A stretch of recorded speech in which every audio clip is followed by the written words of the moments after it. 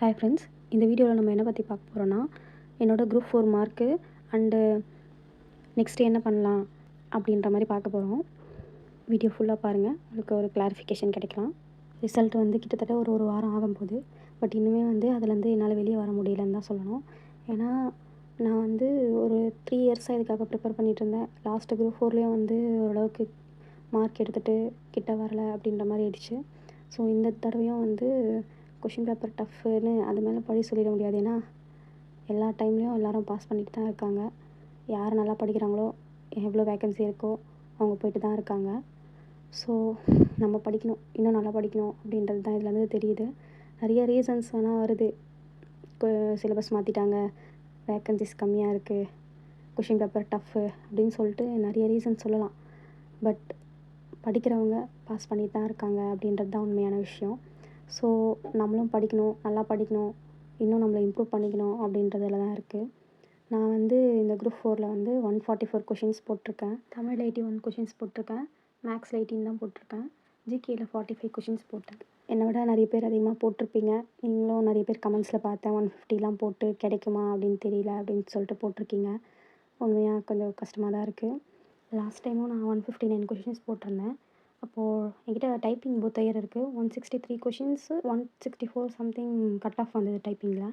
அப்போயும் ஒரு 4 to 5 மார்க்ஸில் வந்து வரல. ஸோ இந்த டைம் வந்து பார்த்தா 144 கொஷின்ஸு, அதுவும் டைப்பிங் இருக்குது. பட்டு கண்டிப்பாக உங்களுக்கே தெரியும் வராது அப்படின்றது. தெரியல என்ன பண்ணுறதுன்னு தெரியல. நெக்ஸ்ட் குரூப் 4க்கு தான் இப்போ படிக்கணும், வேறு வழி இல்லை அப்படின்ற மாதிரி தான் இருக்குது.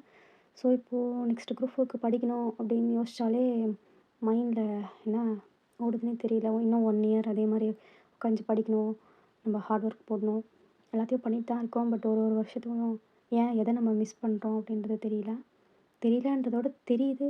நம்ம அதை சேஞ்ச் பண்ணிக்கணும் அப்படின்றது தான் இருக்குது. இதில் வந்து என்னென்னா தினமும் கன்சிஸ்டன்சியாக படிக்கணும். ஒரு நாள் நல்லா படிச்சுட்டு இன்னொரு நாள் சரியாக படிக்கலைன்னா அதில் ஒன்றுமே இல்லை. படிக்கிறாங்க, எல்லாருமே படிக்கிறாங்க. நிறைய பேர்லாம் பார்த்தா ரூம்லாம் எடுத்து ரொம்ப தூரத்துலேருந்து வந்து இன்ஸ்டியூட்லலாம் சேர்ந்து ரொம்ப கஷ்டப்பட்டு படிக்கிறாங்க. அதெல்லாம் பார்த்தா உண்மையாகவே கஷ்டமாக இருக்குது. ஒருத்தவங்களுக்கும் ஒரு சூழ்நிலை.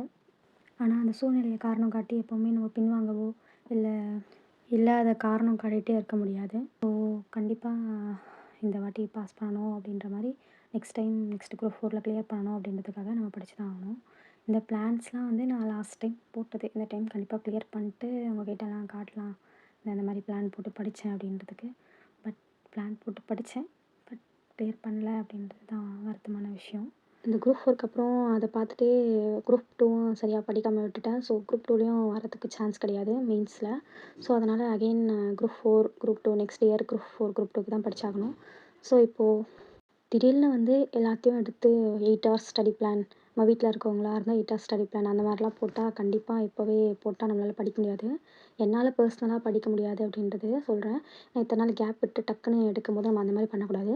ஜஸ்ட்டு இப்போது 1 வீக் வந்து ஒரு 2 hours 3 hours max 1 hour, Tamil 1 hour and GK 1 hour அப்படின்னு சொல்லிட்டு ஒரு 3 ஹவர்ஸ் பிளான் மாதிரி இப்போது ஒரு 2 வீக்ஸ்க்கு போடலாம் அப்படின்னு சொல்லிட்டு நான் பிளான் பண்ணி வச்சுருக்கேன். உங்களோட சஜஷன்ஸை வந்து கமெண்ட்டில் சொல்லுங்கள். கண்டிப்பாக வந்து நம்ம அது மாதிரி ஃபாலோ பண்ணலாம்.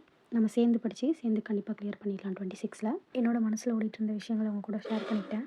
Thank you friends, all the best.